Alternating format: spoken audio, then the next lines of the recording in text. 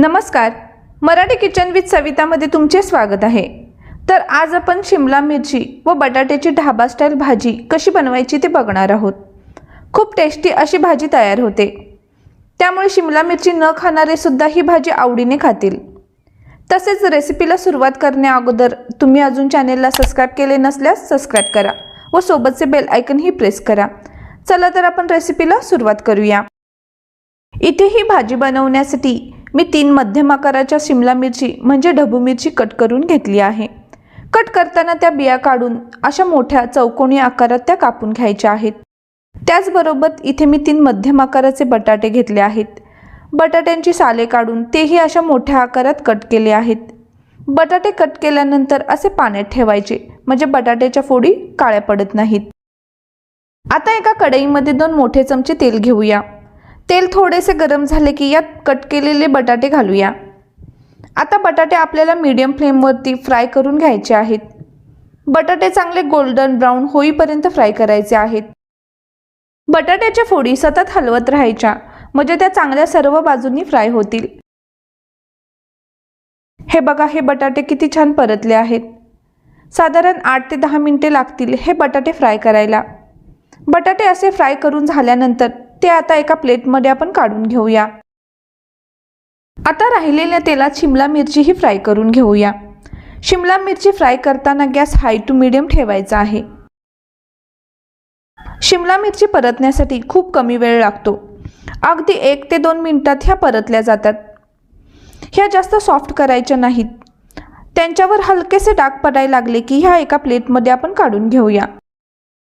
आता शिमला मिरची फ्राय करून झाल्यानंतर राहिलेल्या तेलात ग्रेव्हीसाठी लागणारा मसाला बनवून घेऊया। जर तुम्हाला कढईमध्ये तेल थोडे जास्त वाटत असेल तर त्यातील थोडे तेल काढून घ्या। यात आता 2 मध्यम आकाराचे कांदे असे उभे कट करून घेतले आहेत, ते घालूया। कांदा 2 ते 3 मिनिटे मीडियम फ्लेमवरती परतून घ्यायचा आहे। कांदा जास्त सोनेरी होईपर्यंत सुद्धा परतायचा नाही, तो हलकासा सॉफ्ट होईपर्यंतच परतायचा आहे, म्हणजे त्याची एक गोडसर चव ग्रेव्हीत येते। आता कांदा हलकासा परतला आहे। यानंतर यात 8 ते 10 लसणाच्या पाकळ्या, 1 इंच आल्याचे काप व 2 हिरव्या मिरच्या घालत आहे। आणखीन मिनिटभर हे परतून घेऊया। आता गॅसची फ्लेम मी मीडियमच ठेवली आहे। कांदा थोडासा परतून झाल्यानंतर यानंतर यात टोमॅटो घालत आहे। इथे मी 2 मध्यम आकाराचे टोमॅटो घेतले आहेत। टोमॅटो सुद्धा छान सॉफ्ट होईपर्यंत परतायचा आहे। 1 ते 2 मिनिटे टोमॅटो परतल्यानंतर यावर झाकण ठेवून तो परतायचा आहे, म्हणजे टोमॅटो पटकन सॉफ्ट होतो। यावर झाकण ठेवून 4 ते 5 मिनिटे टोमॅटो शिजवून घ्यायचा आहे। गॅसची फ्लेम मी स्लो टू मीडियम ठेवली आहे, म्हणजे टोमॅटो छान फ्राय होतो। आता 5 मिनिटे झाली आहेत, झाकण काढून बघूया। टोमॅटो छान सॉफ्ट झाला आहे। अशा प्रकारे कांदा व टोमॅटो परतल्यामुळे ग्रेव्हीला खूप छान चव येते।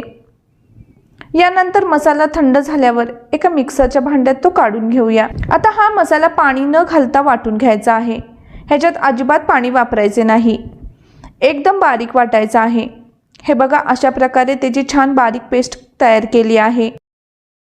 आता त्याच कढईमध्ये आणखीन 2 चमचे तेल घेत आहे। तेल तुमच्या आवडीनुसार तुम्ही कमी जास्त करू शकताय। तेल थोडेसे गरम झाले की यात 1 तमालपत्र, 1 दालचिनीचा तुकडा, 1 मसाला वेलची, 1 चमचा जिरे घालत आहे। मसाले थोडेसे परतून घेऊयात। मसाले परतल्यानंतर यात रंगासाठी 1 चमचा काश्मीरी मिरची पावडर व 1.5 चमचा कांदा लसूण मसाला घालत आहे। तेलात तिखट घालताना गॅस मंद ठेवायचा आहे, म्हणजे मिरची पावडर करपणार नाही। यानंतर यात लगेचच वाटण घालूया। आता व्यवस्थित मिक्स करून हे आणखीन 2 ते 3 मिनिटे परतून घ्यायचे आहे। वाटण घातल्यानंतर गॅसची फ्लेम मी मीडियम ठेवली आहे। मीडियम फ्लेमवरती छान मसाला परतून घ्यायचा आहे। 2 ते 3 मिनिटे मसाला परतून घेतल्यानंतर यात मसाले घालूया। यात मी 1 चमचा धने पावडर, अर्धा चमचा गरम मसाला, अर्धा चमचा जिरे पावडर, अर्धा चमचा हळद व चवीनुसार मीठ घालत आहे। सर्व मसाले चांगले मिक्स करून घेऊयात। मसाले घातल्यावर 2 ते 3 मिनिटे वाटण छान परतून घ्यायचे आहे। मटण 2 ते 3 मिनिटे परतून झाल्यानंतर मसाला शिजण्यासाठी यात पाव कप मी पाणी घालत आहे। पाणी घातल्यानंतर मसाला आणखीन 2 ते 3 मिनिटे छान तेल सुटेपर्यंत परतून घ्यायचा आहे। सतत हलवत परतल्यामुळे मसाला छान परतला जातो। मसाला सतत हलवत परतायचा म्हणजे तो खाली कढईला लागून करपणार नाही। मसाला परतताना गॅस लो टू मीडियम मी ठेवला आहे म्हणजे तो छान परतला जातो। हे बघा मसाला किती छान परतला आहे, त्याला छान तेल सुद्धा सुटले आहे। आता गॅस लो करायचा व यात दही घालायचे। इथे मी 2 ते 3 चमचे ताजे दही घेत आहे। दही घेताना ते फेटून घ्यायचे आहे। दही घालताना गॅसची फ्लेम अगदी स्लो ठेवायची आहे, नाहीतर दही फुटण्याची शक्यता असते। दही ग्रेव्हीमध्ये चांगले मिक्स करून घेऊयात। ग्रेव्ही सतत हलवायची आहे म्हणजे दही फुटत नाही। आता ग्रेव्हीला 2 ते 3 मिनिटे शिजवून घेऊया। 2 ते 3 मिनिटात ग्रेव्ही छान परतली जाते।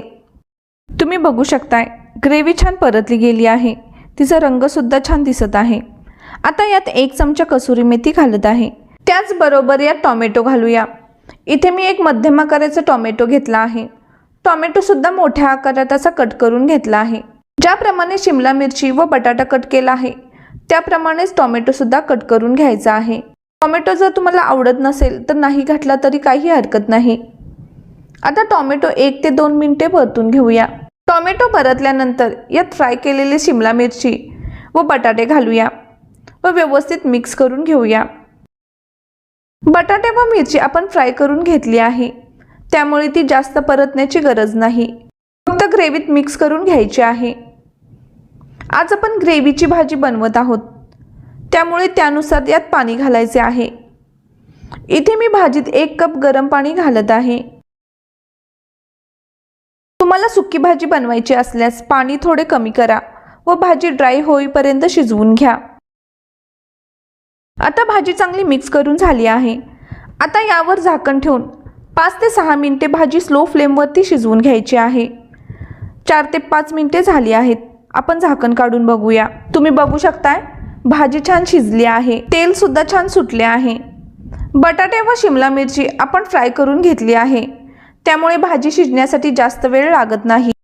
5 ते 6 मिनिटात भाजी छान शिजून होते। आता वरून थोडी बारीक चिरलेली कोथिंबीर घालूया व व्यवस्थित अशी मिक्स करून घेऊया। तुम्ही बघू शकताय भाजी छान शिजली आहे, त्याचा रंग देखील सुरेख दिसत आहे। अगदी रेस्टॉरंटमध्ये मिळते तशी भाजी तयार झाली आहे। तर आजची रेसिपी नक्की ट्राय करून बघा। ती कशी झाली ती कमेंटद्वारे नक्की कळवा। व्हिडिओ आवडल्यास लाईक शेअर करायला विसरू नका। चॅनलला अजून सबस्क्राईब केले नसल्यास सबस्क्राईब करा व सोबतचे बेल आयकॉनही प्रेस करा। मराठी किचन विथ सविताला तुम्ही इंस्टाग्राम व फेसबुकवर सुद्धा फॉलो करा। पुन्हा भेटूया अशाच एका नवीन रेसिपी सोबत। धन्यवाद।